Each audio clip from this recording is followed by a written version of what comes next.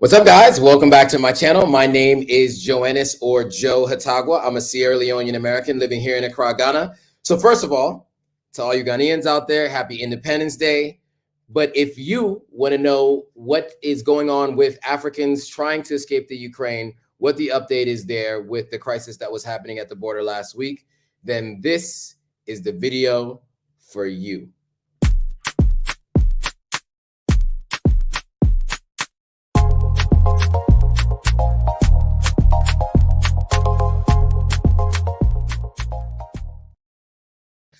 All right. So we are live on all platforms. So we got a lot to cover today. First of all, it's Ghana's Independence Day.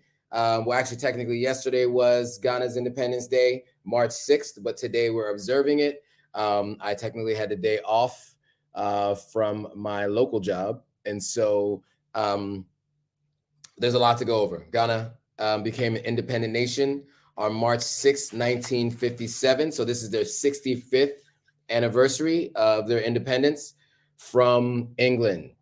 So we got a lot to talk about today, though. So we're going to talk about what's been going on with Africans in the Ukraine. There were a lot of questions last week, and frankly, a lot of questions that I had about why there were so many Africans in the Ukraine, in particular African students. So we'll talk about that. We'll get some updates on some of the people who were there, and where they've gone and what they've been able to do since experiencing what they experienced at the border.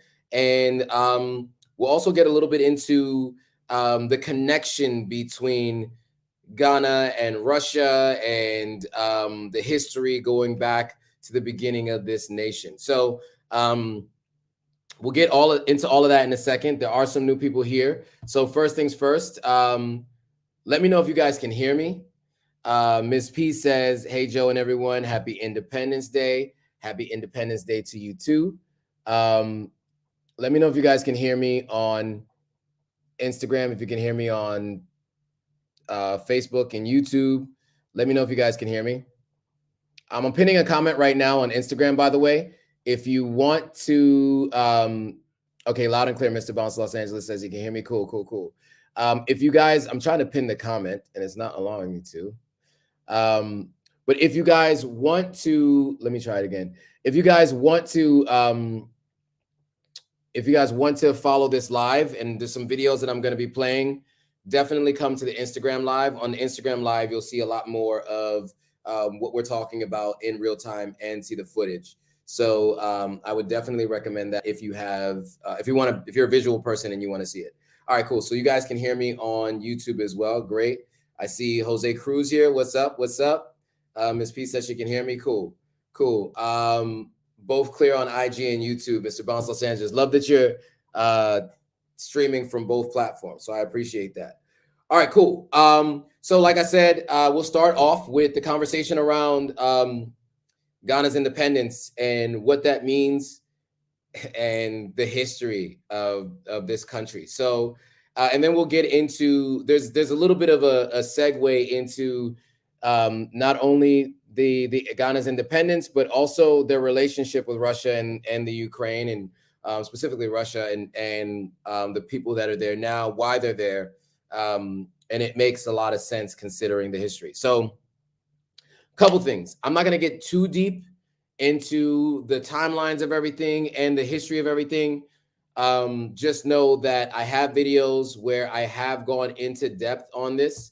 I've gone to the Kwame Nkrumah Museum to go through and understand a little bit more about him. And then I've also gone to Black Star Independence Square to learn more about Ghanaian history. And so if you guys want to do a deeper dive into that, I definitely recommend you go back to some of my old videos. So in the description of this video, you guys will get the links to some of the old videos that I did. Well, they're not old, but some of the other videos that I did where I went to these places and got the history, and you get to hear it firsthand. But a couple of things I think are interesting to note. So first of all, you know, when Ghana was a British colony prior to its independence in 1957, the first president of Ghana, Kwame Nkrumah, was actually the prime minister, right? Because at that time it was under British rule, and in England they do prime minister. That's their thing. So he was the prime minister of Ghana. They may have actually called it the Gold Coast at the time. It might not have actually been called Ghana. So it was under British rule. Didn't have the current colors of the current flag that it has today. It was a different country, right? Obviously, because it was a British colony. So it was just an extension of England at that point in time in the way they did things.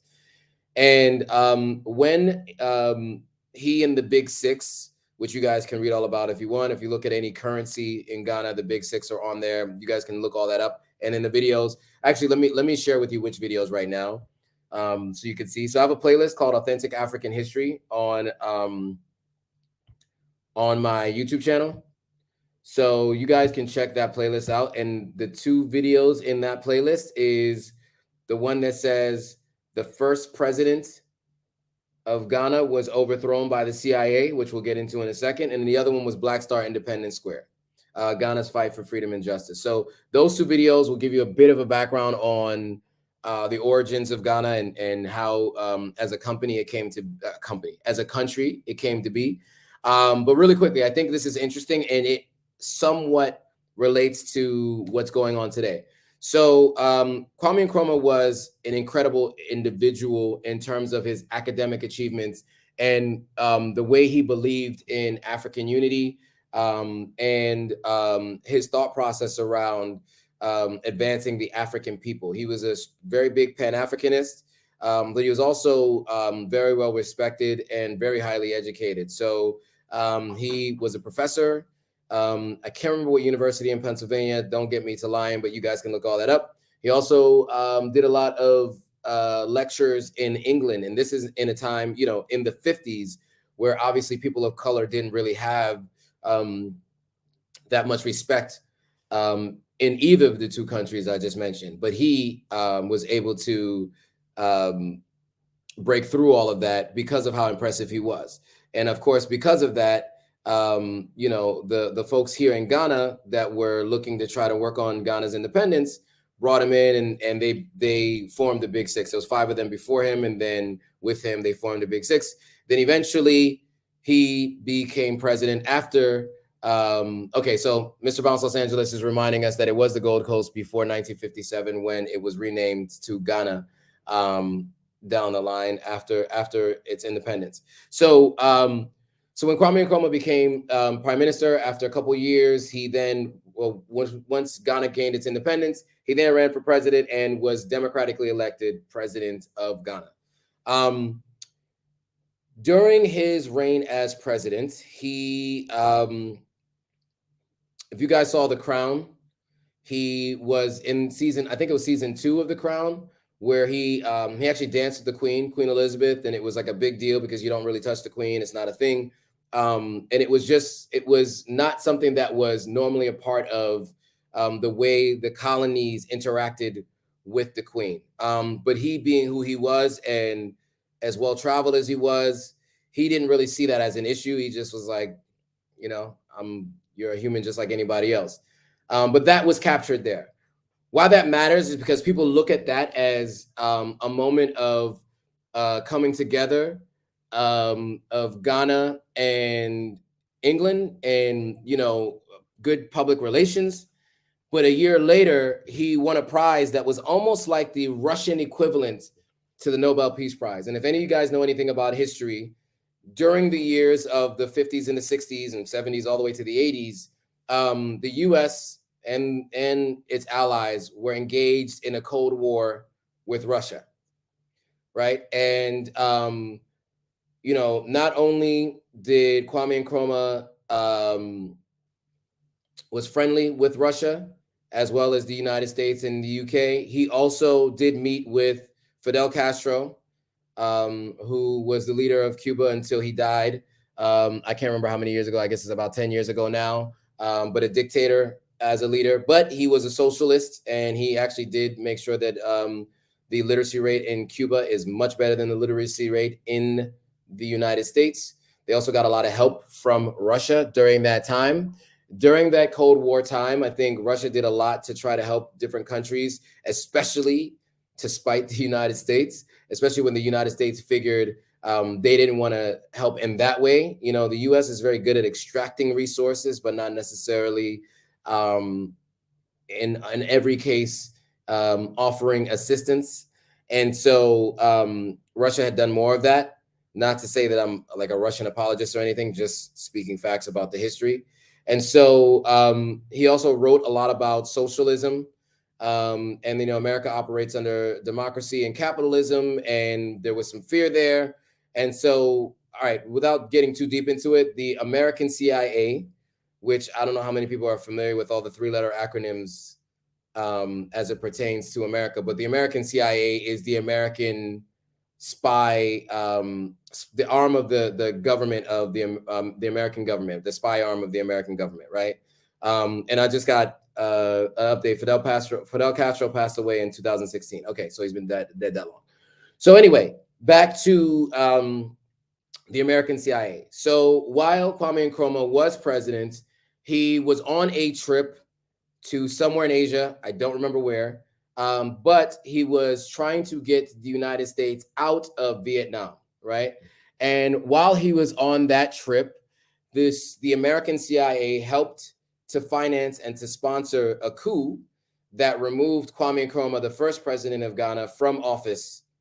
And he was no longer president, and he was no longer able to return to Ghana after that. So when he returned to Ghana, it was his dead body after he had died. That his dead body was returned to Ghana, and that was the next time he was back in this country. I talk a little bit about it in one of my videos here that I have shown up on the screen here. So if you guys want to like get all of that detail, all of it's there. His different burial places, when he died, when his body was brought back. He was also co-president of Guinea, which is interesting. He was really good friends with the president of Guinea at that time. And so he ended up being co-president in Guinea. And I think he spent the remainder of his days in Guinea. You guys can correct me if I'm wrong, but he spent his time not in Ghana, right? Why is that interesting? Because during that time, I think it opened up relations with Ghana, right? And you know, in that, you know, we can talk a lot about how what's going on there in Russia and in the Ukraine is going to have a direct impact on the continent of Africa, including Ghana. But I want to read this to you guys because I think it's interesting, right? You know, when countries have an Independence Day, not every president is going to acknowledge every country's Independence Day, right? There's over 205 or 206 countries in the world. And not everybody spends their time as a president acknowledging other countries' Independence Days. And by the way, so I'm a little bit delayed, but when I was saying that Kwame Nkrumah was in Guinea and he was co-president of Guinea, it was with Sekou Touré, who was the president at the time. He actually named his son after Sekou Touré, to one of his sons after Sekou Touré. So anyway, I don't know if people know this, but the United States spent a large part of the 60s and the 70s meddling in other people's affairs, right? That might be the Middle East, that might be in Africa, that might be in Latin America. You guys might have heard about our involvement in many countries in Latin America. Of course, and I say our because I grew up in the US, but the US involvement in Latin America and the US involvement in Africa, this is something that has, okay. I'm being asked to stop sharing my screen. All right, so I'll stop sharing my screen. So this is something that that I don't know how many people are aware of, but the CIA does a lot of things in terms of it being a spy organization. The only thing it's not allowed to do is spy on American citizens in terms of their rules and regulations. But who knows if they do or if they don't? That's up to other people to discuss.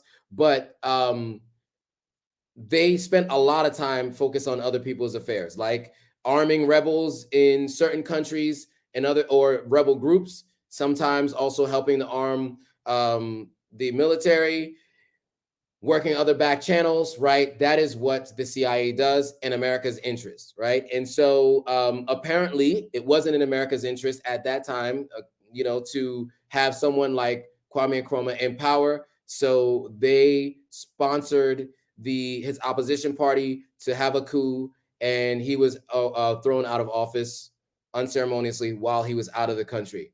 Why that's problematic? One is because once you have one coup, you can have more. And I think, if I'm not mistaken, Ghana's had 3 coups.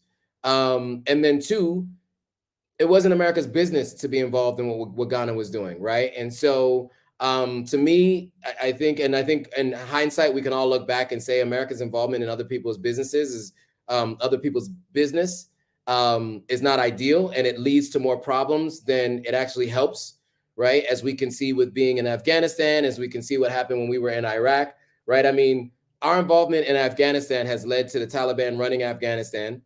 Our involvement in Iraq has led to ISIS forming, right? And so, these things that America does has long-term impact on the world in ways that have not been beneficial to anyone, right? And, of course, they do it in the name of freedom and justice and all other kinds of things, but it ends up causing more problems, does more harm than good. Anyway, with that being said, they did the same thing in Ghana. Now, I say all that to say, there was a relationship between Kwame Nkrumah and Russia, and that has never really went away, right? So let me just read to you Putin's statements. Flower Child says America's always the problem. Yeah, I mean, look, it is what it is. This is the country that that's the way it's been. That's just how they do things, and that it is what it is. Okay, so a couple things. There was a couple things that people said I wanted to put up here. African Millennial says you're doing a really great. You're really doing a great job. Thank you. I appreciate it. Miss P says a great history lesson. Thanks, Joe. Thank you. I appreciate it. So yeah, like I said, check out those other videos that I mentioned in the Authentic African History channel, on my Authentic African YouTube channel. Check the Authentic African History. What do we call these? Playlists. So that playlist on YouTube, you'll get all of that information there. I'm not going to do it as much justice as you can get from the videos. I'm going from memory, and this is from going on these tours last year. But all this information is public knowledge. Like, it's been unclassified documents from the CIA that speak directly to their involvement in the coup. This is not like something that's not it's not some kind of conspiracy. People know this to be true, right? Okay. So let's get into what Putin said, because I think it's interesting, and it just goes back to transitioning into today's discussion. But since we are talking about Ghana's independence, I thought I'd bring all this up. So let me share my screen again. I'll make sure not to keep it shared the whole time so you guys can see what's going on. Let's see, share screen. So from the Russian embassy in Ghana, they posted, President of Russian Federation Vladimir Putin sent a congratulatory message on the occasion of the 65th anniversary of the Independence Day of the Republic of Ghana. So you see the Russian flag and you see the Ghanaian flag. Now, Putin's he's a former spy, right? So he always does things like backhandedly, right? So he's not a fan of England, right? So congratulating them on their independence from England is also kind of like a little jab at England too, right? He does everything with purpose. What he says, though, in the note that was posted is this. President, okay, so it said, here's what a section of it said. The relations between Russia and Ghana is traditionally of a friendly nature. I'm convinced that the further development of a constructive bilateral dialogue and partnership meets the interest of our peoples, contributing to the peace and security in the African continent, All that to say, I think we're close to countries, and we want to continue to see that happening. Now, the language, though, is important, though. Contributing to the peace and security on the African continent. So what does that mean, right? With him, you got to read between the lines with him sometimes, and I'm not really sure what he means by that. But he picks his words carefully, whether they're translated from Russian to English or not.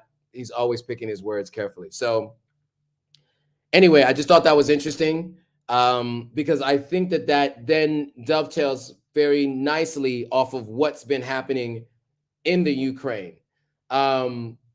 So first things first is I want to explain why so many people are in the Ukraine, right? So many Ghanaians and so many Nigerians are in the Ukraine.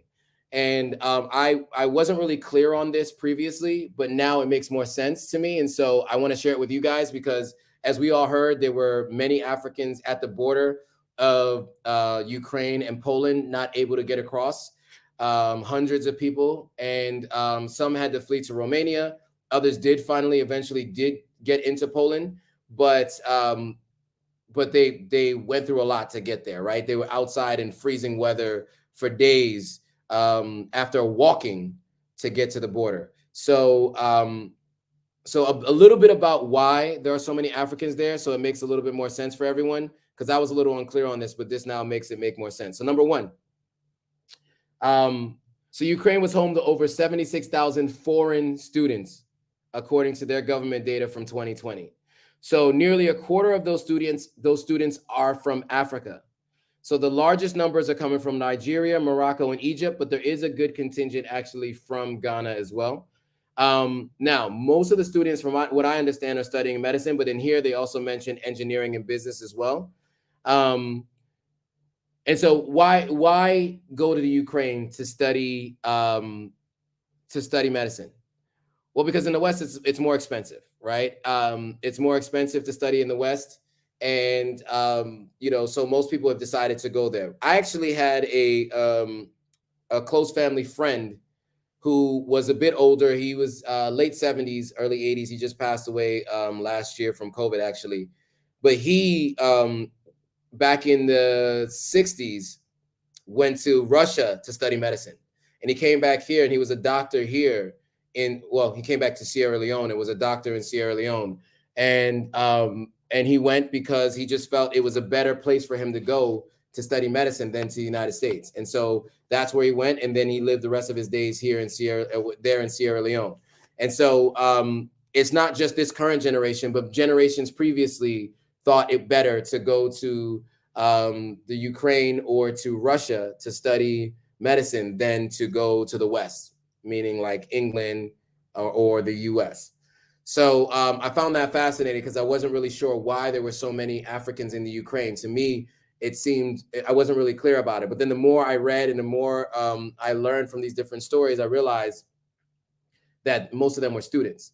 So it just goes on to say what was the attraction to Ukraine. And it says that they've long appealed to foreign students, which can be traced back to the Soviet era, when there was a lot of investment in higher education and a deliberate attempt to attract students from newly independent African countries, right? So like I mentioned, my family friend in the late 50s, early 60s, went to college and studied medicine in Russia, in the former Soviet Union at the time. So it goes on to say Ukrainian degrees are widely recognized and offer a high standard of education, which is what somebody said.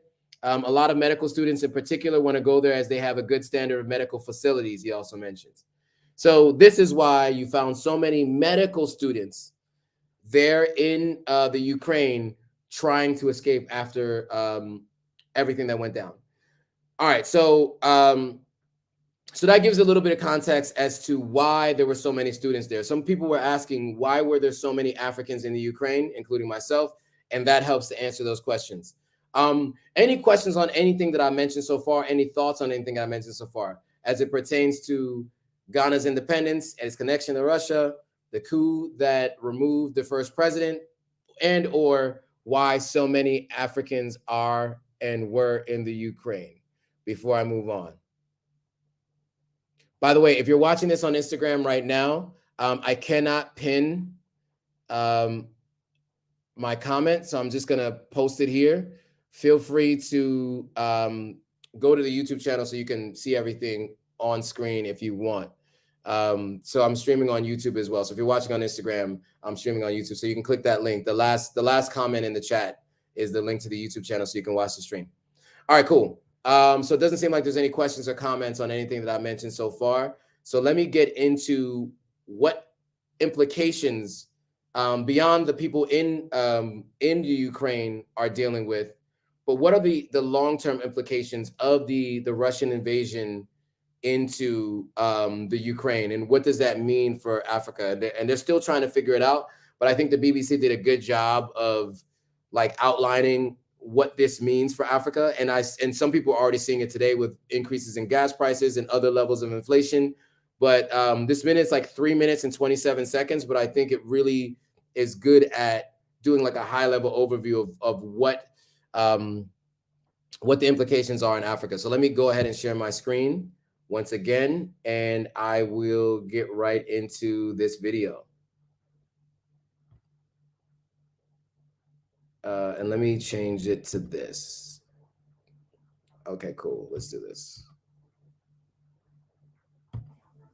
Russia and Ukraine both play important roles on the African continent.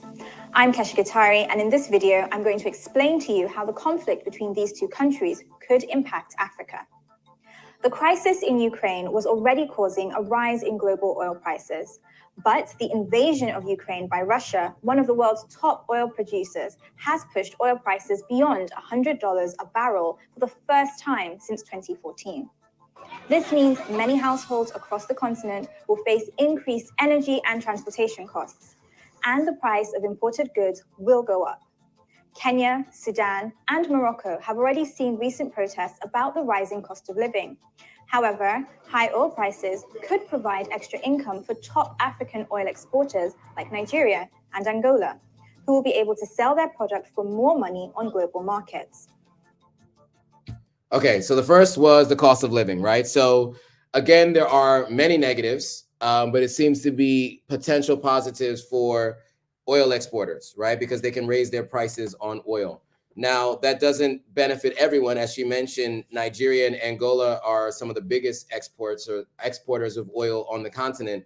Ghana does have oil as well. I don't know how much that'll impact their exportation of oil, but there are many countries on the continent that don't have oil or don't have oil businesses and don't export it.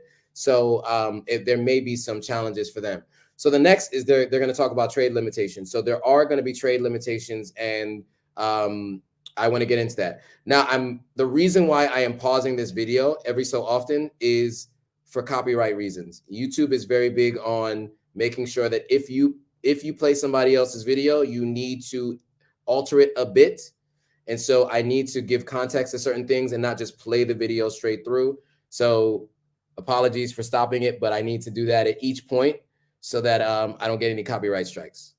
All right, so let's get into the trade limitation issue. The US has announced it will impose severe sanctions on Russia following Moscow's attack on Ukraine. Putin chose this war, and now he and his country will bear the consequences. The measures are aimed at crippling the Russian economy, targeting its financial institutions and access to technology. A possible ban on Russia making transactions in US dollars could have a big impact on the $20 billion of annual trade between Africa and Russia. The conflict could also...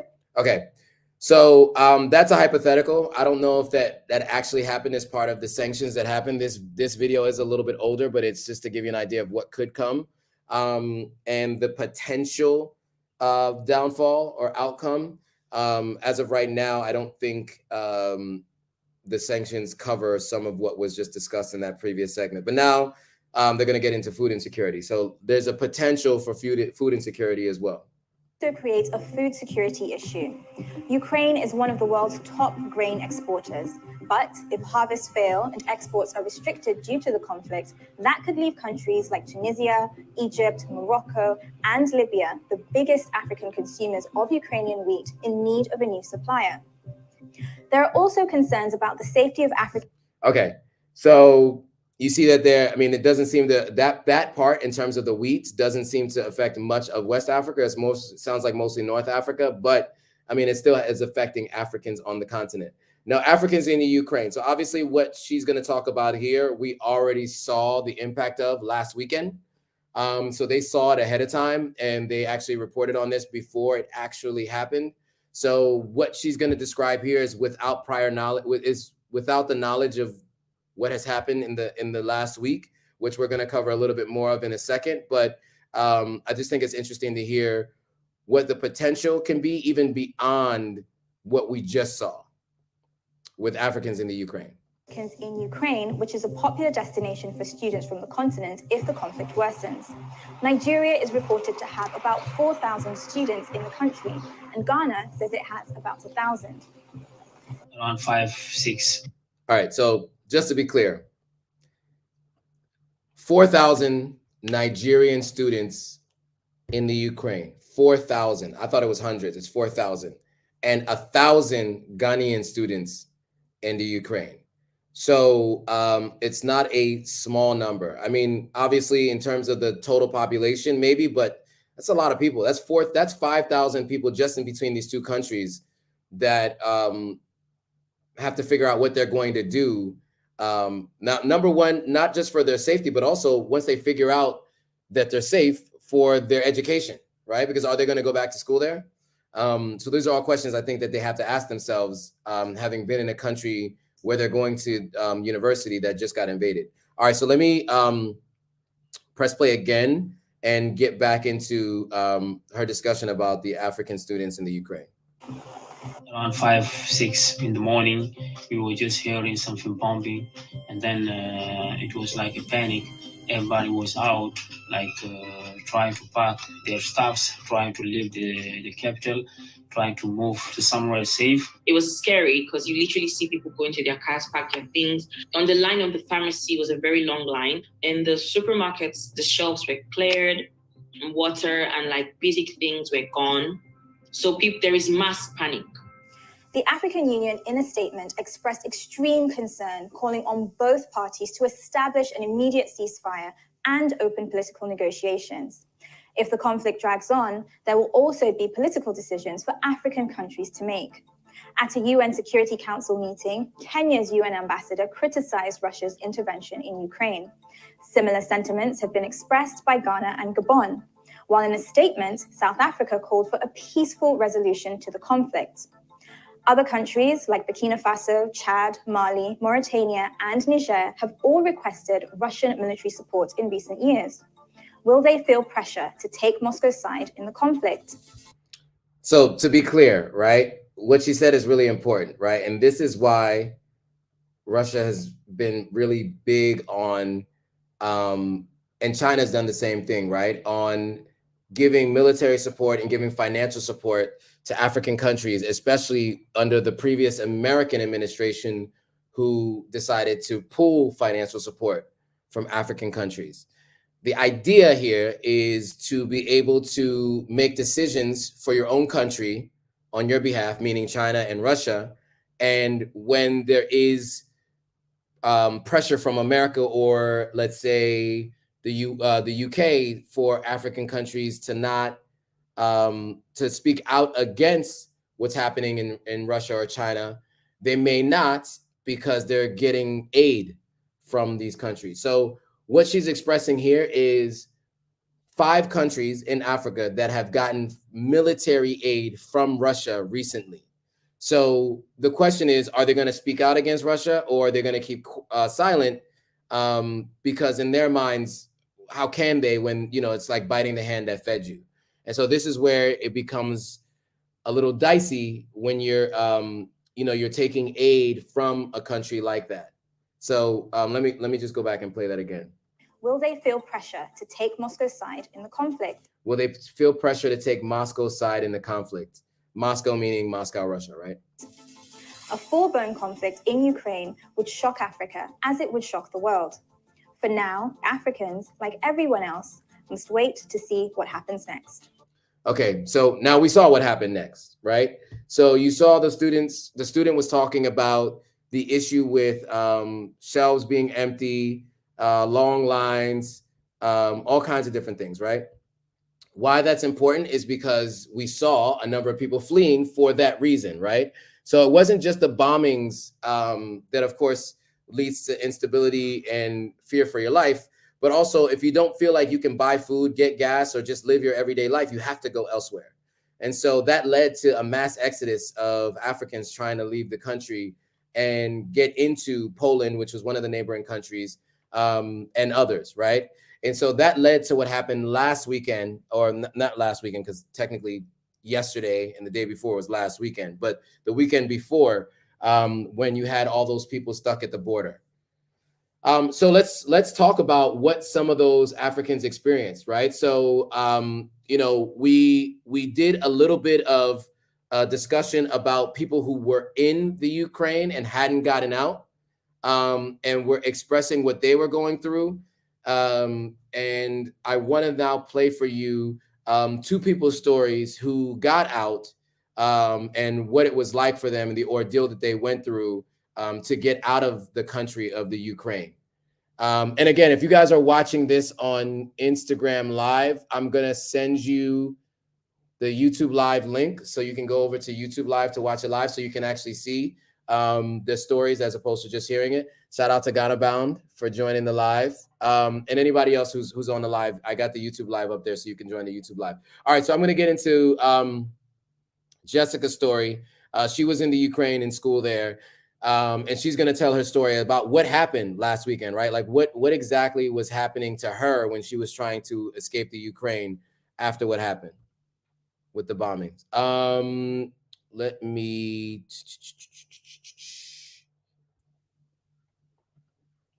me share it. How do I do it? Okay, cool. Let's do it. I was begging. The official literally looked me in my eye and said in his language, only Ukrainians, that's all. That if you are black, you should walk. Okay, so if you're not seeing the screen. I'm currently in Debrecen, Hungary. Sorry, let me just take a step back really quickly. If you're not seeing the screen, what it said is Jessica is one of the many people trying to escape the war in the Ukraine. Now, she did get out of the Ukraine, but she just expressed that she was met with opposition at the border, right? So now she's gonna like walk through her story and what's going on with her now. I'm currently in Debrecen, Hungary. I got in like 10 a.m. today. Today is the 28th of February. It wasn't easy. On Friday at 8 a.m., I was on my way to Poland. I took a commercial taxi and the taxi couldn't stay on the line of cars because literally cars had been there for 2 days. And when we dropped, on the Google map, it was saying a 1 hour walk. And I was like, 1 hour walk is nothing, if it's getting us there on time. And we walked and it kept increasing.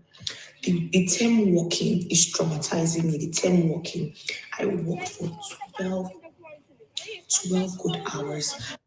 Okay.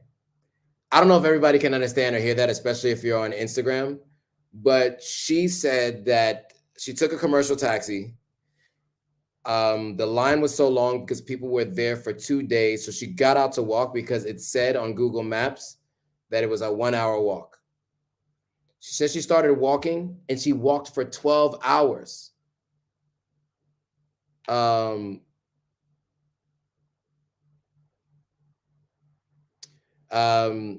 So yeah, she walked for 12 hours. Jose's mentioning that if I mention fair use, you don't need to alter.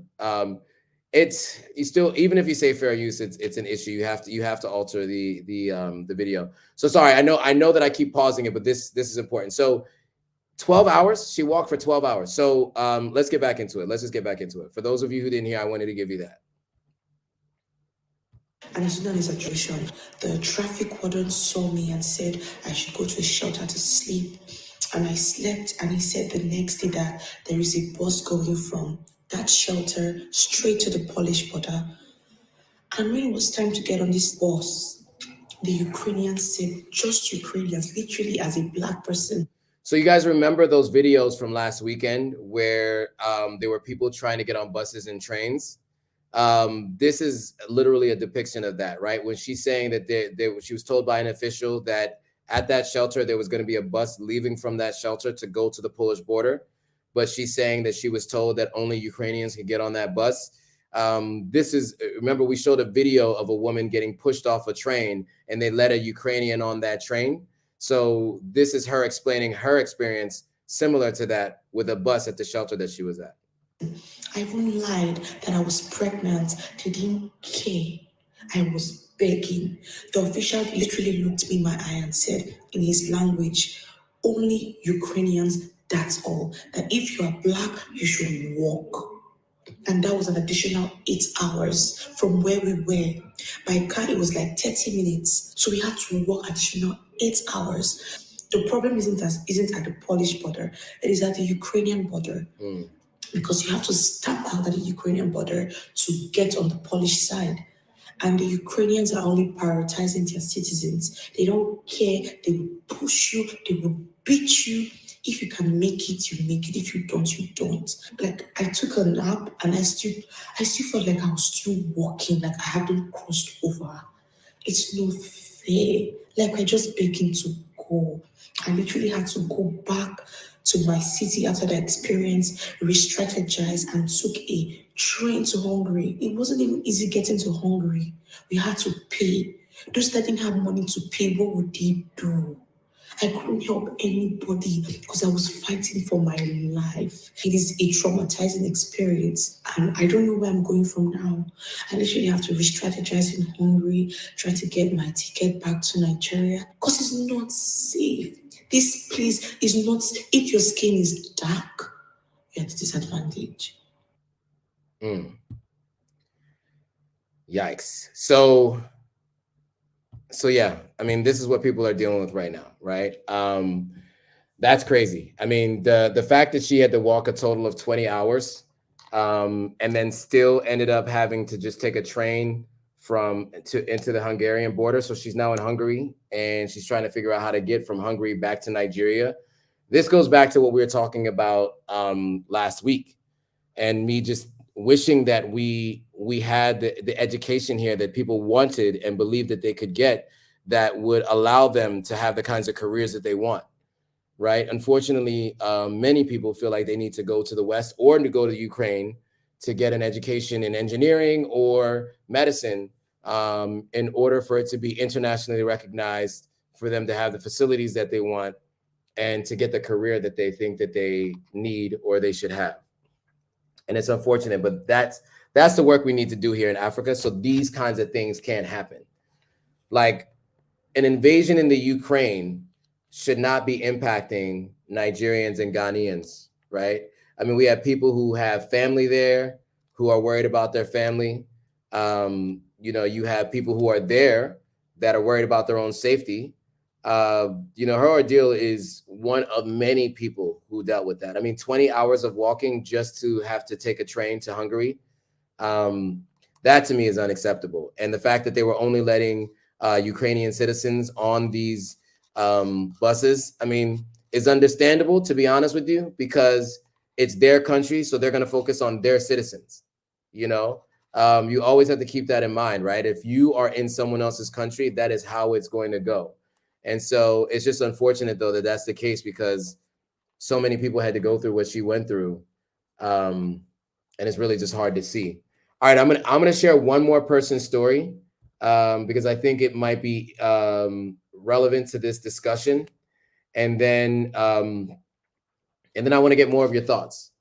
But before I do, Kwame is on here saying, what is Kwame saying? So Kwame's saying, when are we Africans going to wake up and sort our stuff out, or sort out our stuff? Yeah, it's a great question. When are we, right? I think it's going to require this generation, right?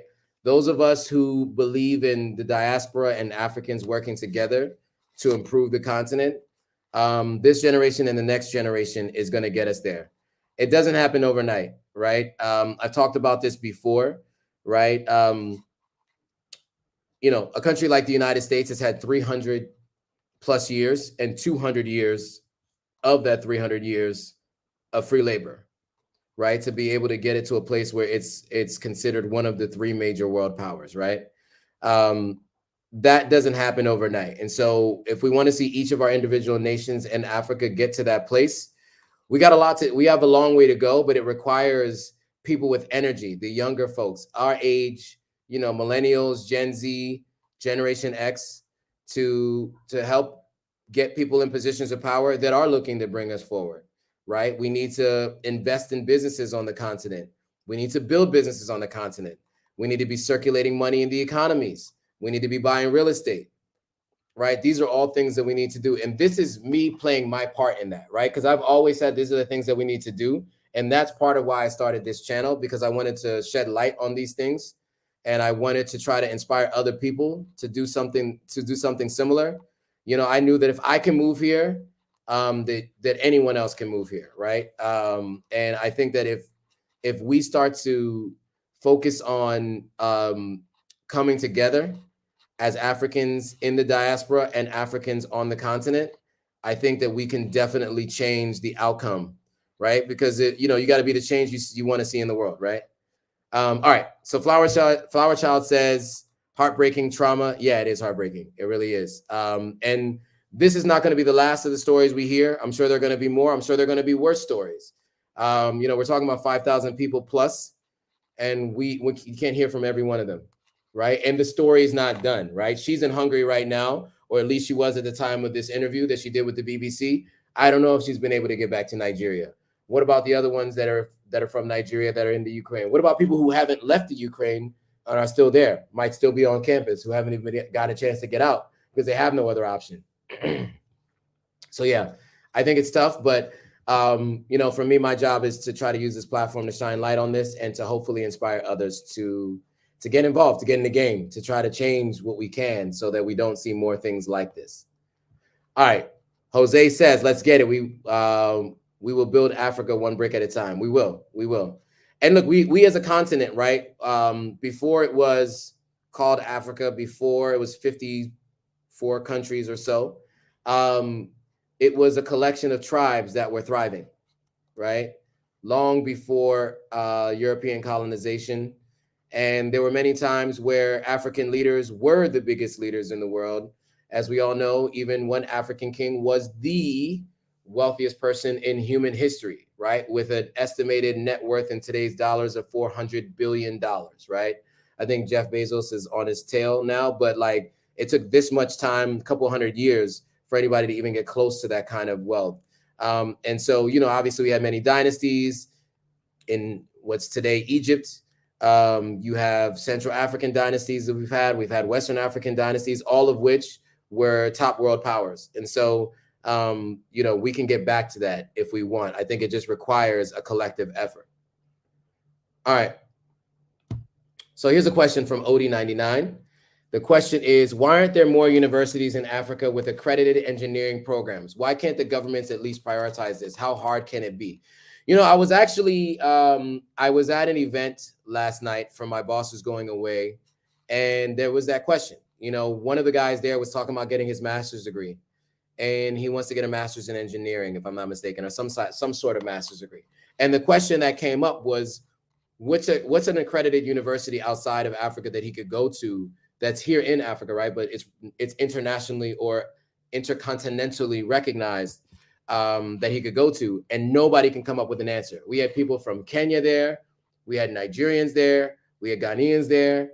I, of course, represented Sierra Leone and the US in these discussions. And the only thing that came up was ALU, which is kind of like an alternative MBA.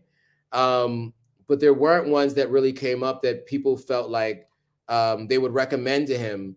And unfortunately, they all recommended that he leave the continent. And so, that's something else that we need to do. I'm not from the education sector, right? So, I do train from time to time on marketing and how to use social media to build a brand. But outside of that, I'm not an educator and I'm not from the education sector. However, I do want to build a school in Sierra Leone before it's all said and done. That's on my bucket list of things to do before I leave this earth.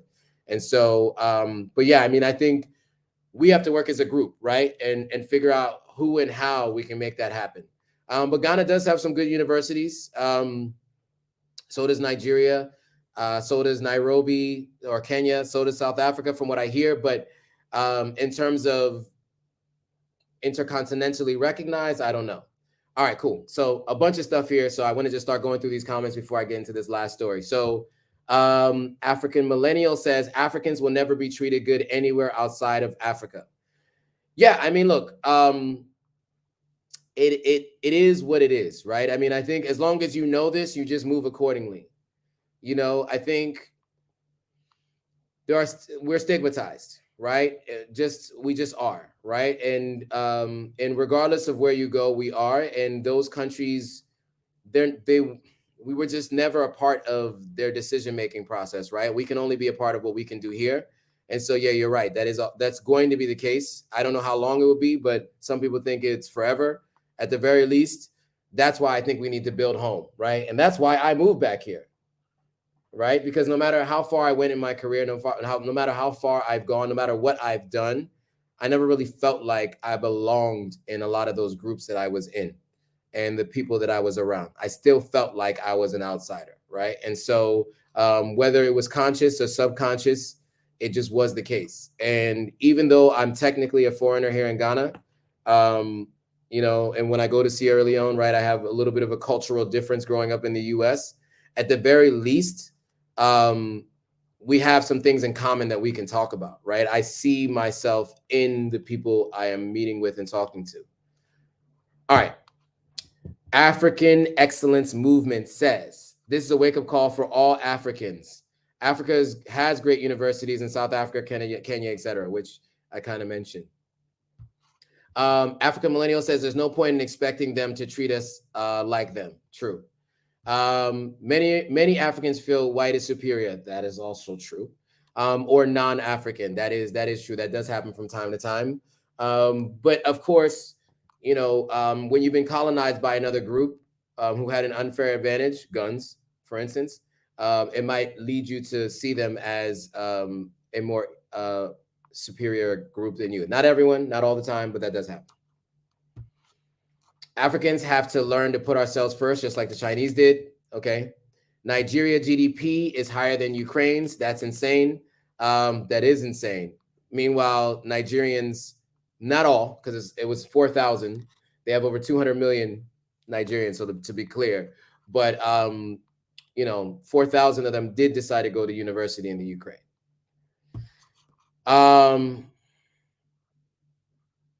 Oh, Jose said he's in on that. So this is about moving things forward, right? And working on investing and helping to change things happen. Yeah, change things on the continent for sure. Okay, so so Kwame's saying that's the issue, African Millennial. We have to see ourselves as Africans first and foremost and always, and forget about others. I mean, look, I don't think we have to forget about others. I think, because here's the thing, right? At the end of the day, and I think someone who saw this well, even though he had some challenges with it towards the end, is like Martin Luther King, who talked about when you have a struggle, a lot of times it requires having allies, right? And so, but I think having allies is not the same as relying on allies, right? You can have them around, maybe help translate some things, maybe open a door for you, but they shouldn't be who you rely on to get things done. And I think that's the challenge that we've had on the continent is like, we've had some allies, but our allies have been people that we've relied on too heavily instead of personal responsibility and building on our own. And that's made it so that we're in situations like we're in where we owe so much money to different countries as a continent. And we rely on them for military aid when we have internal conflicts within the continent. And that leads to us not being able to really fully have autonomy. But I still do believe that you should have allies, especially allies who have a seat at the table while we build our own table, right? Because we are going to build our own table. We will be where we need to be. I don't know how long it's going to take, but at this point in time, the world as it is currently constructed, it is good to have allies that happen to be in that realm. But you just don't want to be too in debt to those allies. And I think that that is the issue that we're seeing today. Okay, African Excellence Movement says, there's a lot of African students in China, even after they were blamed for spreading COVID. What would happen to them if China went to war with Taiwan? Yeah, it's a good question. It's a great question, and that's a great point. You mentioned a lot of things here, and this is something that I've been thinking about, because you guys better believe that with Russia invading Crimea at first in 2014, and then with Russia invading the Ukraine, other countries are thinking about their borders and other countries they want to invade. And, you know, for a while, as we know, or you may or may not know, Russia didn't really recognize I think, Crimea as an independent sovereign area separate from Russia, which is why they went in there and invaded Crimea. What, I guess it was an invasion, but it was like kind of like just a military, like walking in and just taking it over. And then obviously with going into the Ukraine, deeper into the Ukraine, they definitely bombed and went in with heavy artillery. China also has this with Taiwan, right? I don't know if you guys are all familiar with this, but the US and NATO and all these other groups recognize Taiwan as a sovereign entity of its own. China does not, right? And so just as there are a few Africans in the Ukraine, there are many Africans in China.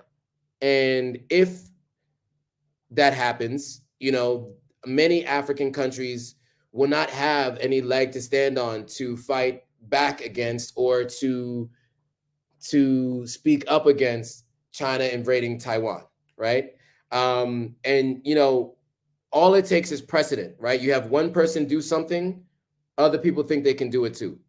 And so that this can be a slippery slope, right? With it. So there are many larger implications beyond just what we're seeing now with what's happening with Africans in the Ukraine, how it's going to impact Africa today.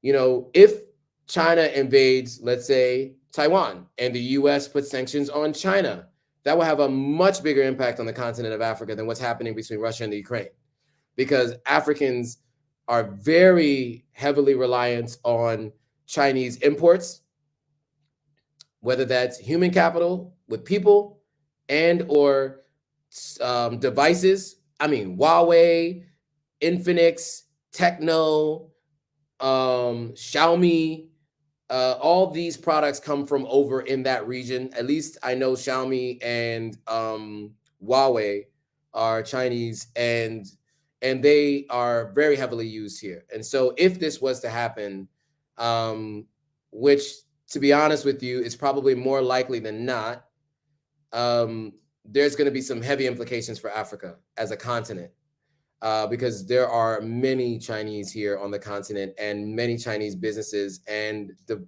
products that are being traded here. So there's a lot to think about.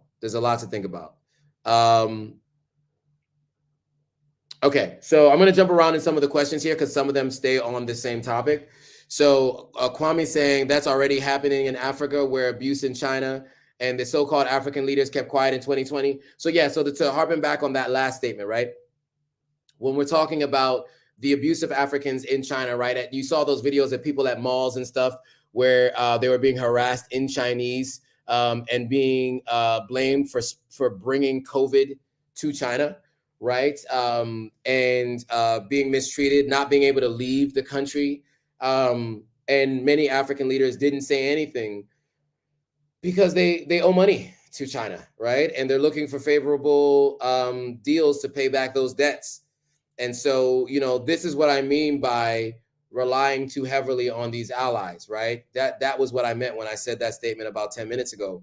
That's what I was talking about, is the fact that, you know, when you rely on these people, especially actors like Russia and China, you know, who move how they want to move, you know, whether you like it or not, they can do what they want. And how it affects us and our people is going to be outsized to anywhere else in the world. And so I think that we need to do more to empower ourselves as a continent so that we no longer have to deal with these kinds of things and don't have autonomy. All right. What else do we got? Okay. So Shelton saying, why can't they spend their money with historically black colleges and universities, engineering schools? It's cheaper in the Ukraine than to go to the US and go to HBCU. Also, I'm not 100% sure how many people are really aware of the validity and what comes from HBCUs in the US, right? Like, I'll be honest, you know, I myself did not go to an HBCU, right? I went to predominantly white college, PWC, I think they call them. And all three of them were, because I went to 3 colleges. It took me a while to get it right. So I went to 3 different colleges, right? And, you know, I do know that, you know, now people have a little bit more insight into it, right? The American vice president, many other people have gone to HBCUs, but I don't know how much on the continent that information is readily available to people who are looking for universities. I mean, I know that people have more information and insight now. But yeah, I mean, that's a good point. Maybe that's a good place to start is HBCUs. But the cost of living in the United States is much more expensive too, right? Hampton, Howard, Clark, you know, those are the more famous ones, right? And they're in the Virginia, DMV area and in Georgia, which may not seem expensive to most, but it's more expensive than living in the Ukraine, right? So, so those are things you have to think about. All right, Jose Cruz is on the school. That's one of my dreams. I already have a name. All right, well, yeah, we should definitely talk about that. I mean, this is something that's in the future for me, but I'm definitely building a school. I also have a name that I want to build my school. I'm going to put it out there just so you guys know. Really quickly, quick tangent. I went to a school called Milton Hershey School. The guy who created it was Milton Hershey. But when he originally built the school, he didn't name it Milton Hershey School because why name it his first and last name? He named it Hershey Industrial School because it was the industrial era and he was teaching young white orphans at the time. These were orphan kids, trades, right? So wood carving, and he was teaching automotive and all these other different things, right? Carpentry, wood carving. I said wood carving, carpentry, automotive. There were so many others. And so they were able to walk away with practical skills to go right into the workforce if going to a university wasn't for them. And I realized that there's a whole world of underutilized skills that don't require a 4-year degree or university. And a lot of people aren't getting those skills. And so what I want to do is build the Hatagua into industrial school, the 21st century version of the 21st century version of the 20th century school that I went to. And so that's the plan and goal at some point in time in the future. Don't know when, but it's on the list of things that I need to do before I leave this earth. All right, cool. So African Excellence Movement says there must be more than 100,000 students studying outside of Africa. Yeah, at any given time, I'm sure of it. I don't even know what that number might be, but I'm sure of it that there's a lot. Yeah. So Jose's idea for the school is Intercontinental West African Academy. I like it. In all 17 countries. It might be more because I know ECOWAS is like 22 countries, the Economic Community of West African States. So it may be 22 or 21. I can't remember what the number is now. But yeah, but I love the idea. And by the way, we can both build schools, right? I think the more the merrier, right? I think if everyone had the idea to do this, I think we could really make some serious change. All right. We already talked about this. But to follow up on Kwame's original point about Africans in China, he does mention that there are some Chinese that live like kings and queens in Africa. That's specifically because they have businesses here, right? And, you know, it's really on us to make sure that we empower our people to build businesses and to get to where we need to get to. So African Excellent Movement says, it makes you wonder why China has developed its own apps separate from the West. They won't be so effective by Western sanctions as they're practicing independent. True, right? However, I had a conversation with Huawei, and Trump wasn't necessarily my cup of tea. But by stopping Huawei from operating in the U.S. and having the Canadians arrest their CFO, he did have a big economic impact on Huawei and their business. Even to this day, like I met with Huawei 3 weeks ago, for my job at Jumia. And one of the things they talked about was how impactful that was for their business because they were planning to expand in the US. So the US still has some power, But yeah, I mean, at the end of the day, though, there are many other companies outside of Huawei that can operate however they want and probably do not need to operate within the United States, because I think there's over 2 billion people in China, and many of them in the diaspora. And by the way, there are many other countries that are more than happy to use apps and products made in China that may not necessarily sign on with a sanction or any sanctions if they were so asked. So back to Jose. Jose was saying that his 10-year plan is to build the school. Awesome. Molly, I think is your name, is saying American education is terribly expensive for locals, let alone for international students. We have to pay triple the fees. Okay, so there you go. That's probably why they don't do it. Jose saying he likes the name of the school that I was working on. All right. And Wealthy Merchant says there are 16 West African countries. Okay, I guess maybe there are 16 West African countries. I'm trying to see what ECOWAS is saying in terms of how many countries they include in ECOWAS. So the member states may not just be West African countries then, but they're including Benin, Burkina Faso, Cabo Verde, Cote d'Ivoire, the Gambia, Ghana, Guinea-Bissau, Liberia, Mali, Niger, Nigeria, Senegal, Sierra Leone, Togo. So that's 1, 2, 3, 4, 5, 6, 7, 8, 9, 10, 11, 12, 13, 14, 15 on this list. So you guys might be right. It might be 15 or 16. So where did I get the 22? 3, 6, 9, 12, 15 member states. Yeah, there's 15. So you guys are right. Definitely not 22. So it could be 15 or 16, it looks like. All right, cool. See, this is why I like having you guys. You guys always bring the facts and the knowledge and make sure that I am on point. All right, cool. That went by fast. We're over an hour. I've been talking a lot. Does anybody have anything else you want to add to this discussion? I was gonna play. I was gonna play one more person's story. She's Zimbabwean. Her name is Corinne Sky. She was studying medicine in the Ukraine, and she's in Romania now.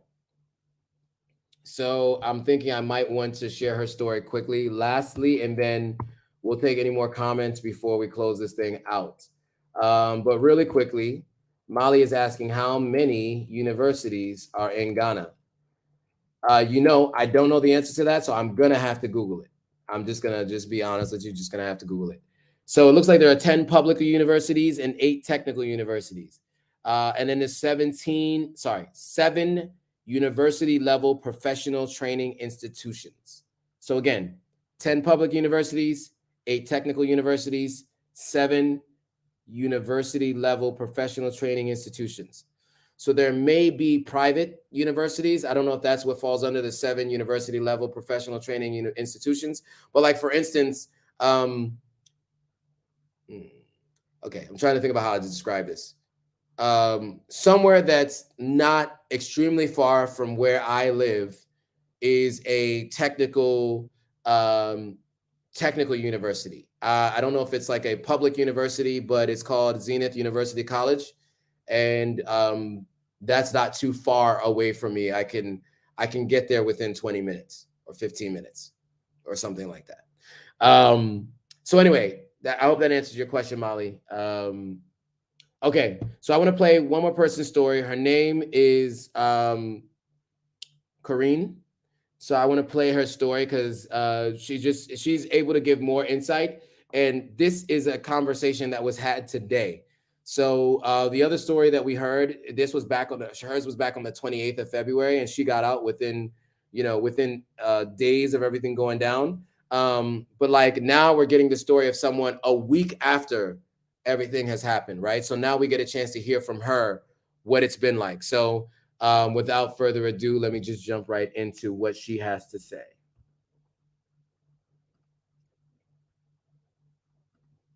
Every day in the chat is just help, please, can you help us out, please, can anybody help? There's parents there, there's children there, and they're trapped there, and it's...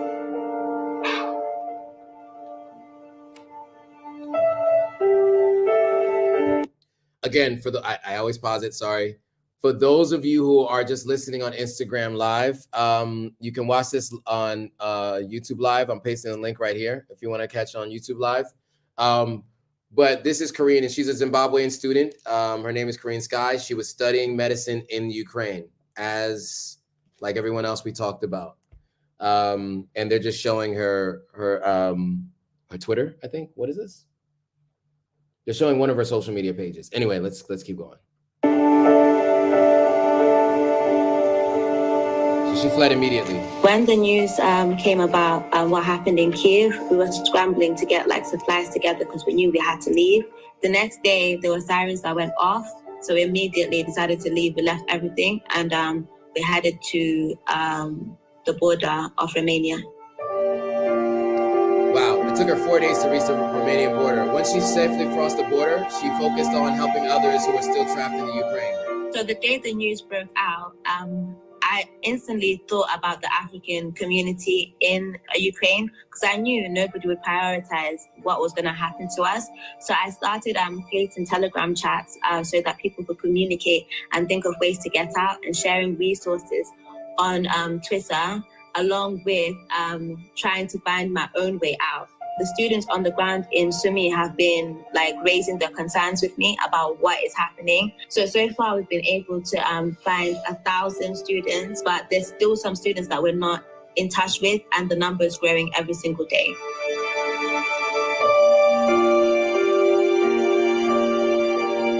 So currently they're all packed into like little areas in hostels together because it's not safe. We've been told that they're now running out of food. In the shops, there's just snacks. They're too scared to leave to even go get more food. So the situation is very, very serious. Like it's very dire. I'm exhausted. I'm so tired of the journey itself, but I'm also increasingly like, it's really, really upsetting me, like speaking to students every day who are crying out for help. And I know that I've managed to cross over to the other side, and I can't help those people by myself. All right, so it's just saying on screen that Corinne's plan is to organize buses to help people basically get out. We realized that trying to put the buses together ourselves without any support from any convoy or anybody who can assure their safety out of Sumy, we may be actually putting their lives in danger. So now we're just trying to raise awareness of the situation and appeal for help at the powers at be. Wow. So, I mean, I watched that earlier today, and it still has the same impact on me that it did when I watched it before. You know, that there are people still in hostels, gathering in hostels, and now they're running out of food, right? Most of the people's stories that we've heard from are people who got out. Right? I've been playing videos from people who got out last week, people who got out this week, and you know, there are still hundreds, if not potentially thousands of people still stuck there, and they have nowhere to go. They're afraid, right? I mean, this place is being bombed, right? The country that they're in is being bombed, right? So it's not like it's like you feel safe being able to go to the grocery store. You don't know if you're going to run into Russian military or what that might mean for you, right? And then what they said is that there's already been mad rushes on the supermarkets, right? So all that's left is just snacks, and they're running out of food. So all I can do is try to share this as much as I can, and if you guys can share this information with people that you know, however we can try to figure out a way to help. In my opinion, I think the best thing to do, if you can't help financially, and if there's no way to help financially, and we don't know yet, is to at least share the story, right? Make sure people know what's going on, because if you know better, we hope that you do better. And so I'm hoping that the more people that we can share this information with, the more likely we are to help make a difference in the lives of the Africans that are stranded there in the Ukraine right now. All right, guys, with that being said, we are an hour and 15 minutes in. This is kind of a real sad, and it almost at times feels like a hopeless situation. Over the next few weeks, I'm going to continue to take a portion of these lives to talk about this topic and give you guys updates wherever I see them from whatever I find. But I am going to be doing different topics each week. I won't focus just on this for the next few weeks. But if you found this interesting, the plan is to do more stories like this as a secondary live. I'm planning to do more stories about what's happening to Africans in the diaspora and Africans on the continent, more specific news stories and human interest stories. That's the plan over, the rest of this year as I continue to expand on what we're doing on this channel.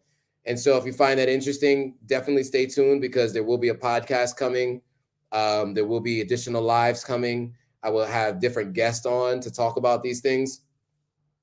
And on that note, next Monday, I have 2 surprise guests that I'll be bringing on. People that you guys haven't met or heard from yet, but you will get a chance to meet them. They are Sierra Leonean Americans living here in Ghana, much like myself, but they're 2 sisters. One's a photographer and one's a lawyer. And they decided to move here. And I think it'll be interesting to have a conversation about why we're here, not Sierra Leone, and a number of other things. So Kwame just gave us a bit of insight. So he just said that Nigerian government airlifted 415 people a few days ago, which is great. I don't know how many more are still left, but it's good to know at least 415 people got out. And I guess they are on their way to Nigeria. That begs the question, though, what about those that are in Romania? It looks like the people couldn't get to Poland, so they tried to get to Romania. What about them? And if have they been able to get to Nigeria? Or do they have to buy their own flights to go back to Nigeria? And to Ghana, and to Morocco and Kenya and all the other countries that are represented by Africans in the Ukraine? That is the question. All right, guys. So next week, we'll have a little bit of a spirited discussion between the 3 of us. We had a little bit of a preview of that conversation last night to shift gears a little bit. And so I look forward to them sharing their stories and you getting a chance to hear from other people besides myself what it's like to live here. And again, like I said, I'm going to be sharing more updates on the story about what's happening to the Africans in the Ukraine and who've crossed over into Romania and Poland and other places, just to continue to shed light on what's going on there. If you found this content interesting, I implore you to like, comment, subscribe, share it with anybody you know who is looking for more information on this, who you think needs to know more about what's happening here on what's happening to Africans in the Ukraine, who may not know or who may be able to do something about it. With that, guys, thank you all for joining. If you have any additional comments, questions, concerns, this video will end up being live on both as a playback. So on Instagram, it'll be playback on the Authentic African page. And on YouTube, it will be offered as a playback on the YouTube channel. So feel free to write your comments in the channel. All right, with that, I will see you all on the next video.